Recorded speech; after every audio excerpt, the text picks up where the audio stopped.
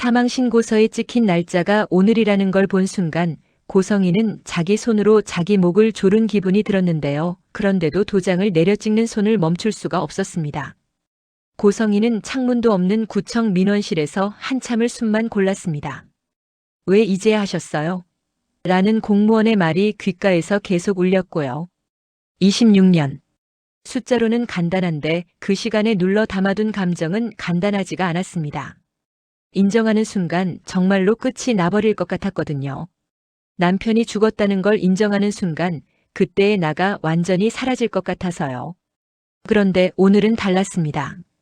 고성이가 더는 품을 수가 없었던 이유가 있었거든요. 박진석과의 결혼.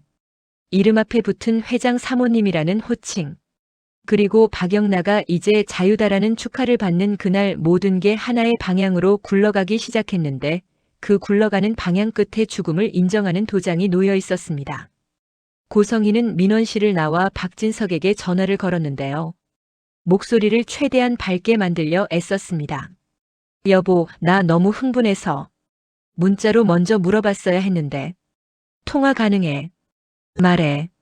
당신 오늘 저녁 약속 없는 거 확인하려고. 우리 이제 정말 자유롭게 됐으니까 축하 파티 해야죠. 박진석은 그래. 알았어. 라고만 했습니다. 그 짧은 대답 속에서 고성이는 안도와 불안을 동시에 느꼈는데요. 박진석이 어떤 남자인지 고성이는 누구보다 잘 알고 있었습니다. 호탕하고 거침없는 상남자 스타일, 마음먹으면 한 번에 밀어붙이는 사람. 그런데 그런 박진석이 자유라는 단어 앞에서는 이상하게 신중해질 때가 있었거든요. 마치 그 단어가 누군가의 약점을 건드리는 걸 알기라도 하는 것처럼요. 그날 저녁 박진석의 집은 축하라는 말로 포장된 긴장감으로 가득 차 있었습니다. 박영란은 케이크 위에 꽂힌 초를 바라보면서도 마음이 가볍지 않았습니다. 양진 구속이라는 소식이 온 집안을 들뜨게 만들었지만 박영란은 그 사건이 끝난 게 아니라는 걸 알고 있었거든요. 구속이 끝이 아니라 시작일 수 있다는 걸요. 고성이는 박영란을 끌어안고 말했습니다. 축하해 우리 딸. 이제 자유다. 그동안 마음고생 많았다 영나야. 박영란은 웃어 보이려 했는데 웃음이 목구멍에서 걸렸습니다. 그 마음을 아는 사람은 한 명뿐이었고요. 박영나의 바로 옆 그림자처럼 서 있던 이지환이었습니다. 이지환은 원래 이런 자리에서 어울리는 사람이 아니었는데요. 체육학과를 졸업하고 멋진 피지컬을 가진 남자 하지만 3년 사귄 여자친구에게 배신당한 뒤로 삶의 의욕이 꺾여버린 남자. 그가 박영나의 운전기사 겸 보디가드로 이 집에 들어온 것도 뭔가를 해내고 싶은 열정이라기보다는 어디든 붙잡혀 있어야 무너지지 않는다는 절박함에 가까웠습니다. 그런 이지환에게 박영란은 아주 작은 목소리로 물었습니다. 이 실장 내일부터는 정말 안 필요할까요? 필요 없을 때까지는 제가 옆에 있죠. 이지환의 말은 담담했지만 그 속에는 분명한 결심이 섞여 있었습니다. 박영나가 자유를 얻었다는 말이 곧 더 위험해질 수 있다는 말이기도 하다는 걸 이지환은 직감으로 알고 있었거든요. 식탁에는 박진석, 고성희, 박영나 그리고 박성재까지 앉았습니다. 박성재는 본부장답게 단정한 표정을 유지했지만 눈빛은 한 번씩 흔들렸습니다. 평소라면 기분을 숨기는 데 능한 사람인데도 그날은 쉽지 않았는데요. 그는 고성희가 말하는 축하가 진짜 딸을 위한 축하인지 아니면 다른 계산의 출발선인지 분간이 안 됐습니다. 고성희는 박성재에게 자연스럽게 명령처럼 말을 던졌습니다. 성재야, 오늘 영나 스토커 구속 기념으로 가족 다 같이 저녁 먹기로 했으니까 퇴근하고 바로 와. 네. 알겠어요. 박성재는 기념이라는 말이 너무 잔인하게 들렸습니다. 누군가의 공포가 누군가의 파티가 되는 그 구조가 고성희의 방식이었거든요. 그리고 박성재는 그 구조 안에서 늘 도와야 하는 사람이었습니다. 식사가 시작되자 박진석이 박영나를 바라보며 말했습니다. 영나야, 너도 이제 좀 자유롭게 다녀. 이제 이 실장도 필요 없고 영나 혼자 다닐 거니까 우리 딸 다 큰 것 같아. 그 말에 고성희는 웃으며 맞장구 쳤지만 박영나의 속은 더 조여왔습니다. 혼자 다녀라는 말은 축복이 아니라 방치처럼 느껴졌거든요. 특히 양진이 구속된 오늘 박영나는 이상하게도 더 불안했습니다. 구속된 사람은 입을 열기 전까지는 안전하지만 입을 여는 순간 누군가의 이름이 튀어나올 수 있으니까요. 박성재는 고성희의 옆 얼굴을 잠깐 바라봤습니다. 고성희는 케이크를 자르면서도 휴대폰을 만지작거렸습니다. 마치 누군가의 답을 기다리는 사람처럼요. 그 표정은 박성재가 아는 표정이었습니다. 움직일 시간이라는 신호였거든요. 그리고 바로 그때 박진석의 휴대폰이 조용히 울렸습니다. 박진석은 화면을 확인하더니 표정이 굳었습니다. 고성희가 누구야? 하고 웃으며 묻자 박진석은 억지로 표정을 풀고 말했는데요. 별거 아니야. 회사 일. 하지만 고성희는 알았습니다. 박진석이 회사 일이라고 말할 때 진짜 회사 일일 때도 있지만 더 자주 집안일을 숨길 때라는 걸요. 고성희는 그날 밤 박진석이 씻으러 간 틈을 타서 비서에게 전화를 걸었습니다. 지난번에 내가 이수빈에 대해서 이사장 모르게 조사하라고 했던 파일 있지? 그거 다시 가져와. 고성희가 입 밖으로 이수빈이라는 이름을 꺼내는 순간 멀리 떨어진 곳에서 동시에 같은 이름이 다른 의미로 흔들리고 있었습니다. 이지혁의 집에서요. 이지혁은 33살, 일도 잘하고 잘생긴 얼굴, 비혼주의를 선언한 남자. 그런데 요즘 그는 자신이 세워둔 비혼주의의 단단한 벽이 조금씩 금이 가는 걸 느끼고 있었습니다. 이유는 하나였습니다. 지은호. 지은호는 30살 카페 매니저이자 인테리어 디자이너. 해맑고 긍정적이고 책임감 강한 여자.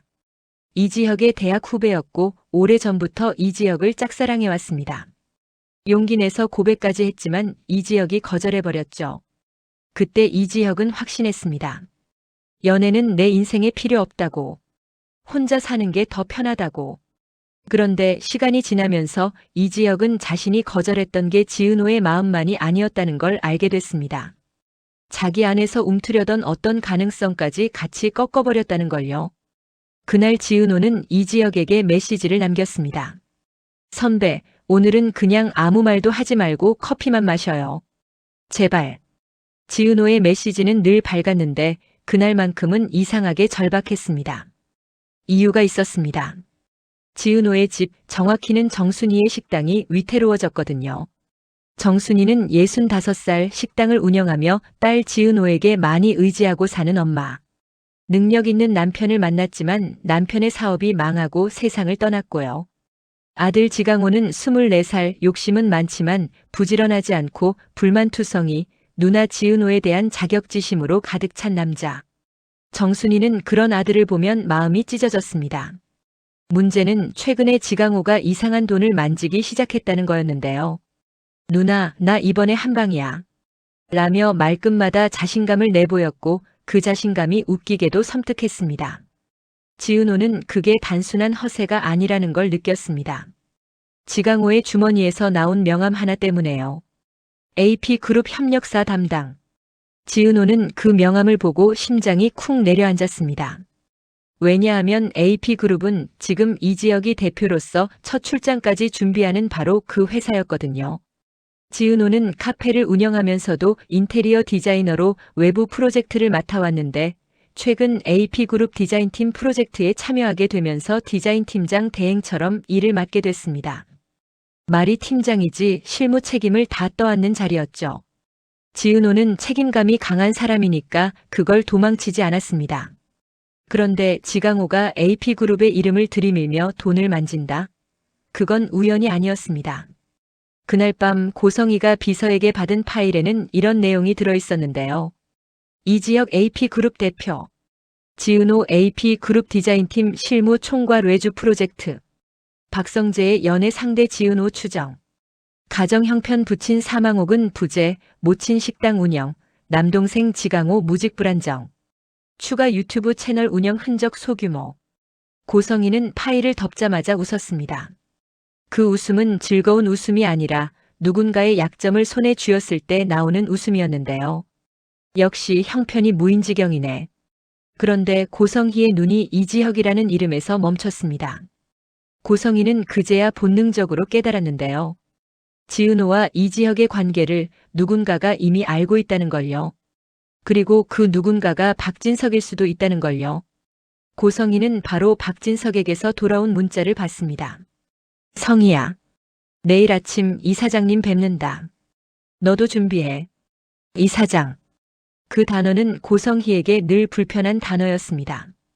박진석이 운영하는 이대 기업에는 회장과 별개로 재단과 학교를 쥐고 있는 이사장이 있었고 그 이사장이 움직이면 가정의 파티 같은 건 아무 의미가 없어지곤 했거든요. 고성희는 결혼으로 신분 상승을 했지만 아직 완전히 장악하지 못한 영역이 있었습니다. 그게 바로 이사장 라인이었죠. 고성희는 결심했습니다. 박성재를 더 단단히 붙들어야 한다고요. 그리고 박성재의 약점은 늘 마음이었습니다. 박성재는 33살 박진석과 전 아내 사이에서 태어난 외아들. 금수저로 자라 아버지 회사에서 본부장을 맡고 있지만 마음만큼은 늘 부족했고요.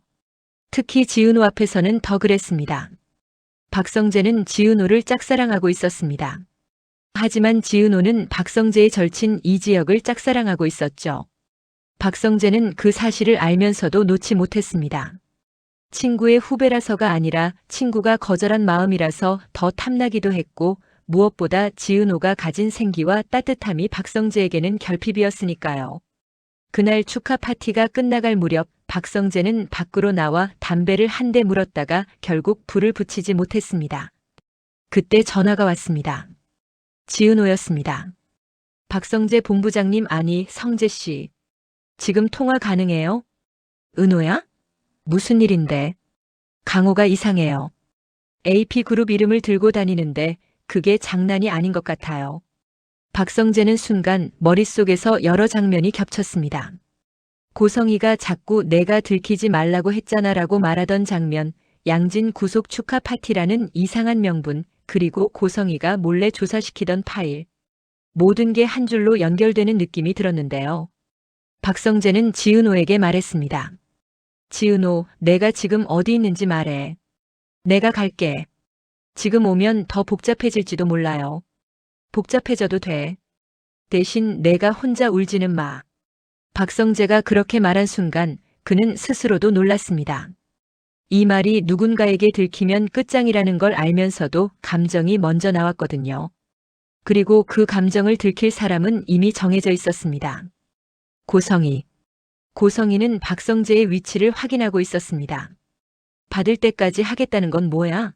라고 박성재가 이전에 따졌던 적이 있었는데 고성희는 그때 이렇게 말했죠.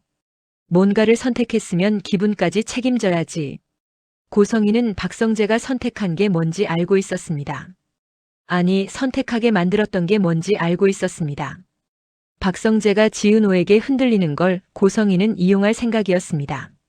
지은호의 약점을 쥐고 박성재의 마음을 쥐고 결국 박진석의 가정과 회사까지 쥐는 것. 고성희가 26년을 버틴 방식이 늘 그거였으니까요. 그런데 예상치 못한 변수가 있었습니다. 그 변수는 이지혁이었습니다. 이지혁은 그날 밤 늦게 지은호의 카페로 갔습니다. 지은호는 문을 닫아놓고 혼자 바닥에 앉아 있었는데요. 늘 밝던 얼굴이 텅 비어 있었습니다. 이지혁이 문을 열고 들어오자 지은호는 고개를 들지도 못한 채 말했습니다. 선배, 저 사실은요, 선배가 저 거절했을 때보다 지금이 더 무서워요. 뭐가? 강호가 엄마가 우리 집이 제가 책임져야 할 게 너무 많아졌어요. 선배한테 좋아한다고 말했던 건 사실 도망이었나 봐요. 이지혁은 그 말을 듣고 가슴이 철렁했습니다. 지은호의 고백이 사랑만이 아니라 숨구멍이었을 수도 있다는 걸 그제야 알았거든요. 그리고 자신은 그 숨구멍을 닫아버린 사람이었죠. 이지혁은 말없이 지은호 옆에 앉았습니다. 그리고 아주 낮게 말했는데요. 지은호, 내가 너한테 했던 거절 그거 지금도 옳았다고 생각해. 그럼 왜 와요? 옳은데 후회돼. 옳은 선택이 항상 좋은 선택은 아니더라고. 지은호는 눈물이 뚝 떨어졌습니다. 이지혁은 손을 뻗었다가 멈췄습니다. 비혼주의를 지키겠다는 자기 원칙이 아니라 지은호가 상처받을까봐 두려워서 멈춘 손이었습니다. 이지혁은 그 손을 천천히 거뒀지만 말은 거두지 않았습니다. 내가 도와줄게. 강호건 내가 확인할 수 있어. 그 말이 끝나기도 전에 지은호의 휴대폰이 울렸습니다. 발신자는 엄마 정순이었습니다. 지은호는 받자마자 목소리가 떨렸는데요. 엄마, 무슨 일이야? 은호야, 강호가 경찰서에 잡혀갔어. 지은호의 얼굴이 새하얘졌습니다. 이지혁도 바로 자리에서 일어났습니다. 그런데 더 충격적인 말이 이어졌습니다. 은호야, 그리고 어떤 사람이 우리 가게로 와서 그러더라. 사망신고 오늘 했죠? 라고. 지은호는 숨이 멎는 것 같았습니다.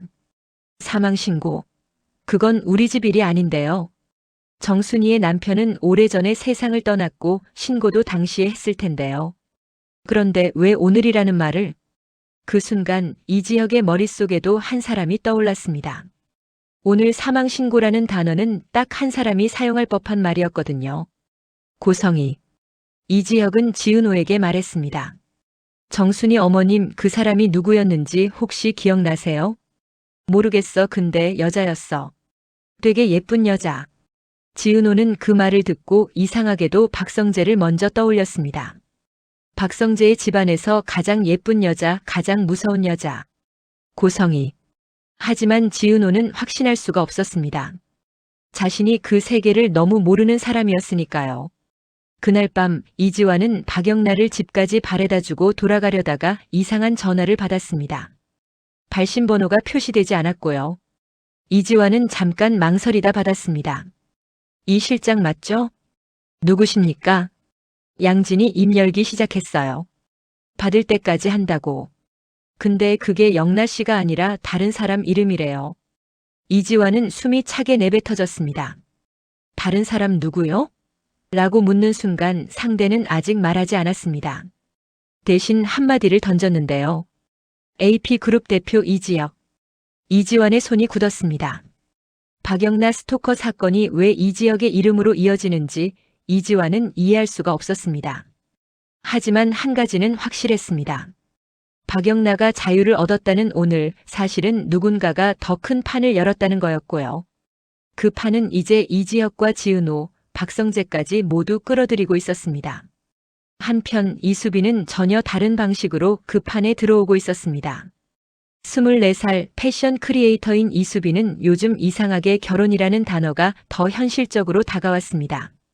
오빠 이지혁이 대표가 되어 바빠질수록 집안 분위기가 달라지고 있었거든요. 아버지 이상철은 정년퇴직 후에도 여전히 정직하고 올바른 사람으로 가족의 중심을 지키려 했지만 고지식함이 때로는 가족을 더 답답하게 만들었습니다.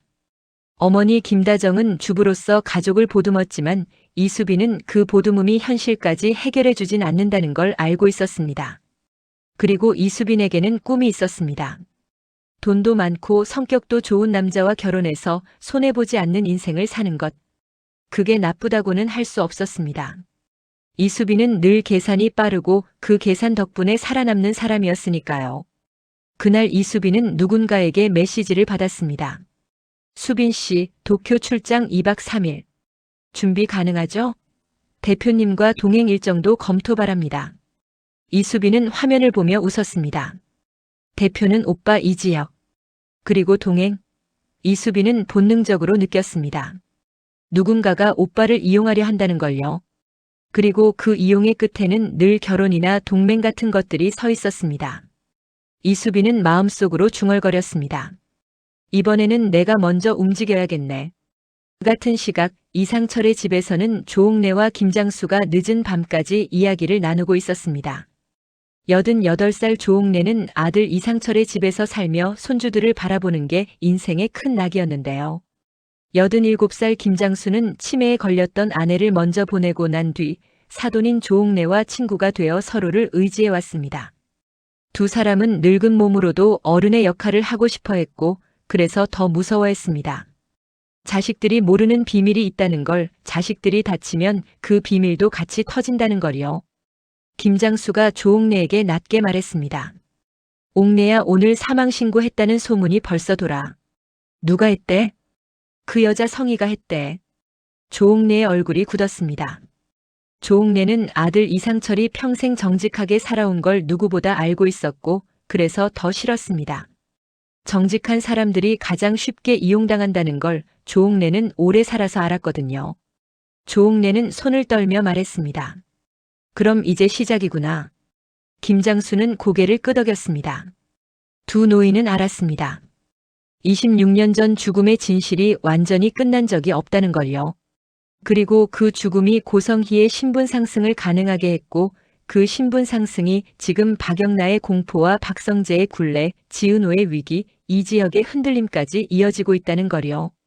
다만 조옥래와 김장수도 모든 걸 말할 수는 없었습니다. 말하는 순간 자식들의 삶이 무너질 수도 있으니까요. 그래서 그들은 선택했습니다. 조용히 막자고요. 그런데 조용히 막는다는 건 결국 누군가를 조용히 희생시키는 방식이 되곤 했습니다. 다음 날 아침 박진석은 이사장과의 만남을 위해 집을 나섰고 고성희는 그 뒤를 따라 나서며 속으로 생각했습니다. 이제는 내가 밀어붙일 차례야. 그리고 그 순간 박성재는 회사 로비에서 경찰을 마주쳤습니다. 경찰은 박성재에게 공손하게 말했는데요. 박성재 본부장님 맞으시죠? 양진 사건 관련해서 참고인 조사 부탁드립니다. 박성재의 얼굴이 하얗게 질렸습니다. 양진 사건은 박영나의 스토커 사건이어야 했는데 왜 자신이 참고인이죠? 박성재는 고성희의 얼굴이 떠올랐습니다. 그리고 동시에 지은호의 떨리는 목소리도 떠올랐습니다. 그때 박성재의 휴대폰에 메시지가 하나 더 도착했습니다. 발신자는 이지혁이었고요. 성재야. 지금부터 우리 셋 중 누군가는 끝까지 솔직해져야 한다. 안 그러면 은호가 다 뒤집어 쓴다. 박성재는 메시지를 읽고 주먹을 꽉 쥐었습니다. 절친인 이지혁, 짝사랑인 지은호, 그리고 자신을 조종하는 고성희. 그 사이에서 박성재가 선택해야 할 순간이 온 거였는데요. 박성재는 그 선택이 단순한 연애가 아니라 누군가의 인생을 지키는 선택이 될 거라는 걸 알고 있었습니다. 그리고 그 선택의 대가로 26년 전 죽음의 진실이 조금씩, 아주 조금씩 오늘의 사람들 앞에 모습을 드러내기 시작했는데요.